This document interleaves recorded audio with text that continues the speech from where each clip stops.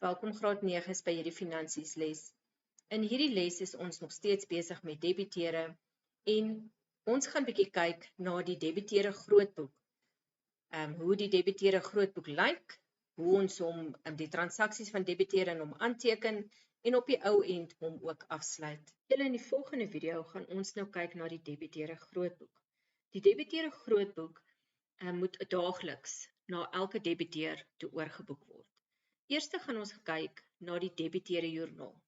Die debiteure joernaal is waar ons al die kredietverkope in aangeteken het. Onthou ons kontantverkope gehad hier, dan was dit in die KOJ.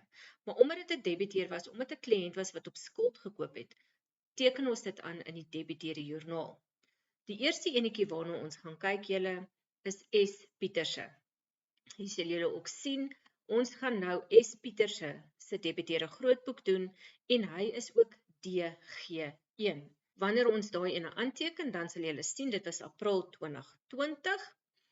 Dit is op die eerste dag, daar kan julle sien, dit wys die eerste dag. Dan is dit faktuur 01. Waar het ek gekry faktuur 01? Sien julle hierso. By dokumentnommer, dit was faktuur 01. Ons gaan dan ook, folio nommer is DJ4. Hoekom? Want dit kom uit die debiteure joernaal uit. En dit was die 4de debiteure joernaal. Hierdie folio nommer gaan ook vir jou help om te kan teruggaan as dan gaan jy moet gaan kyk daar, as daar iewers iets is waar die bedrag nie lekker is nie, of iets is net nie lekker nie, dan gaan jy na die DJ4 toe kan teruggaan, om te gaan kyk wat fout was. Hierdie was 'n aankoop gewees, so hy het uit op krediet, hy het op krediet gekoop, maar my debiteure is 'n bate, en hulle word meer aan die debietkant. So daarom het ek hom nou gedebiteer, want debiteure word meer aan die debietkant. By my saldo is dit 750. So dit beteken, hierdie debiteur skuld my nou daai 750, so dit het meer geword. Die volgende een waarna ons gaan kyk is my debiteure afslagjoernaal. Nou my debiteure afslagjoernaal is weer wanneer kliënte dit goed terugbring of wanneer hulle krediet kry vir goedere wat sê nou maar verkeerd by hulle aangekom het. So hulle het 'n aflewering gekry en een van die glase was gebreek, dan kry hulle 'n krediet daarvoor. Hierso is van S. Pieterse, daarso is 'n S. Pieterse en ons het vir hom R150 krediet gegee. So S. Pieterse het R150 krediet gekry, so dit beteken, dit was op die 3de dag wat ons vir my kredietnota uitgemaak het, dit was kredietnota nommer 5, dit is DAJ4, dis die debiteure afslagjoernaal, en hy word gekrediteer, want dit moet afgetrek word, want my debiteure is 'n bate, onthou, my bates word meer aan die debietkant en minder aan die kredietkant. Dan my saldo is R600. Nou kan ons bietjie kyk na die KOJ. Was daar enige transaksies van S. Pieterse? Ja, daar was, en dit wys dat hy het slegs R240 kom betaal.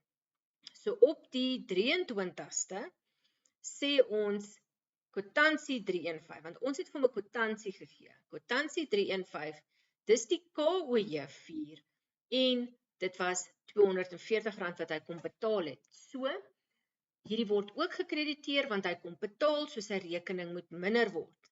Nou, as ons sê 600 minus 240 dan kry ons 360. So aan die einde van die maand gaan ons 'n debiteure lys bymekaar maak om te sien hoeveel ons debiteure ons nog. Hoeveel debiteure is nog uitstaande, en daai bedrag gaan dan daar ingevul word. Die volgende een is 'n debiteure grootboek wat ons nou gaan kyk, is C. de Kok.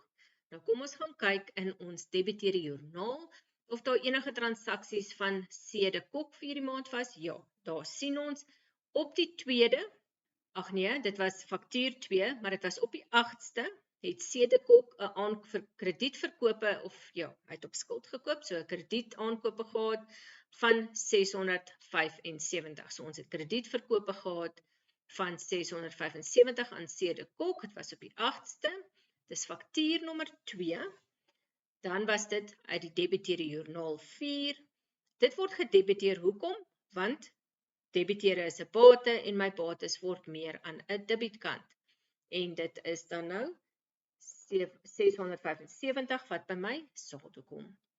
Wanneer ons aangaan, kom ons kyk by my debiteerde afslagjoernaal.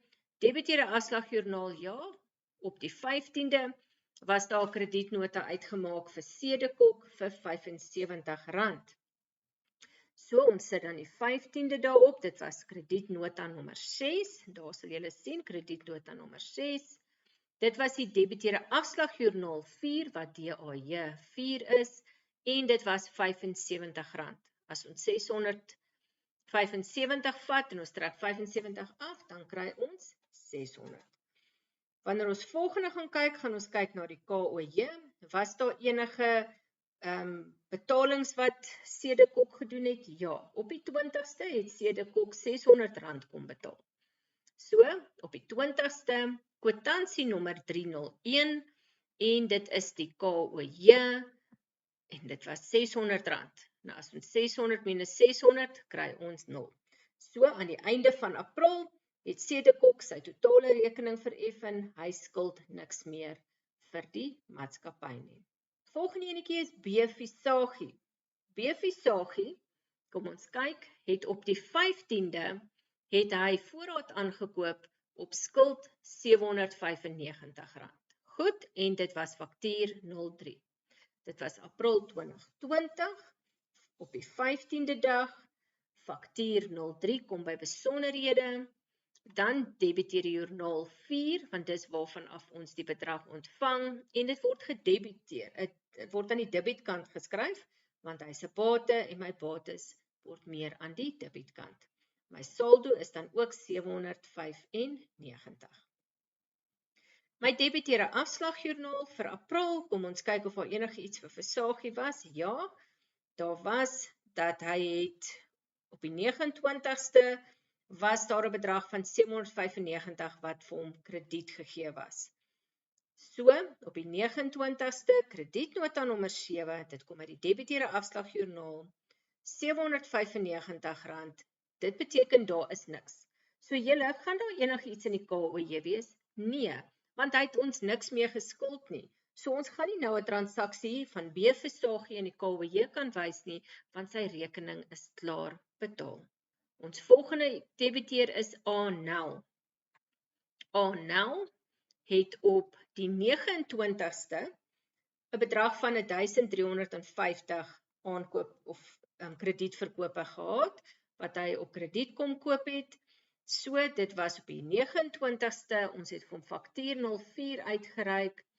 Dit was die debiteerde joernaal nommer 4. 1350 word gedebiteer, want dis wat hy ons tans skuld. So my debiteer het meer geword met 1350 en my saldo dan vir die 29ste is 1350. In my debiteerde afslagjoernaal julle, was daar enigiets van A-Nel? Nee, A-Nel het glad nie 'n krediet gekry nie. So kom ons beweeg aan na die KOJ. Die KOJ wys vir ons op die 30ste het A-Nel 'n betaling van 1340 kom maak.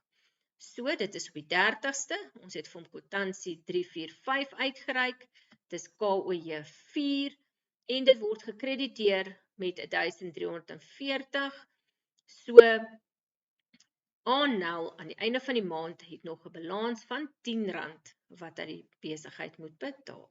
Erhenning is ons volgende debiteer. Kom ons kyk bietjie by die debiteerde joernaal.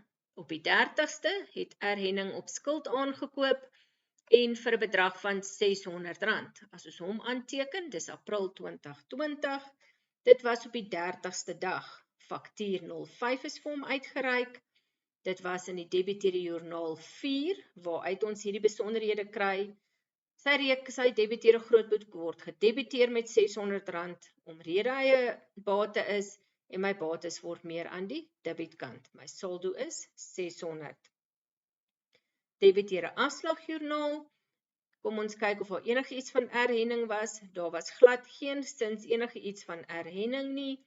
So my KOJ, ja, daarso wys dit dat Erhenning het op die 30ste het hy R600 kom betaal.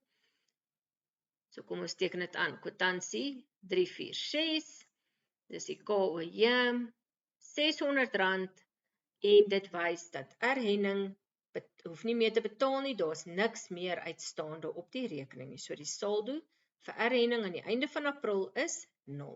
Nou julle, nadat ons die debiteure grootboek gedoen het en nadat ons aan die einde van die maand die debiteure grootboeke ook afgesluit het, dan trek ons 'n debiteure lys op. 'n Debiteure lys lyk as volg: jy het jou debiteur se naam, folionommer en bedrag. Ons gaan eers begin met S. Pieterse en ons gaan S. Pieterse invul. Hy is DG1 en wat is nog uitstaande? R360. Tweede enetjie is C. de Kok, DG2 en as ons hier sien, daar's R0 uitstaande. Die volgende ene is B. Versagie, DG3 en as ons hier kyk, B. Versagie het ook R0 uitstaande. Aanel julle, DG4, as ons daar kyk het, R10 uitstaande. So ook Erhenning, as ons na haar rekening kyk, dan is dit R0. Wanneer ons hierdie optel, kry ons 'n bedrag van R370. Julle gaan in die algemene grootboek, wanneer die debiteure oorgeboek word algemene grootboek toe, gaan julle sien dat op die ou end my debiteure kontrole in my algemene grootboek moet op die einde van 'n maand balanseer met hierdie debiteure lys. Daai saldo afgebring moet ook R370 wees. So wanneer ons hierdie transaksies in die algemene grootboek gaan oorboek, dan gaan julle by ons debiteure kontrole lys, die saldo gaan ook R370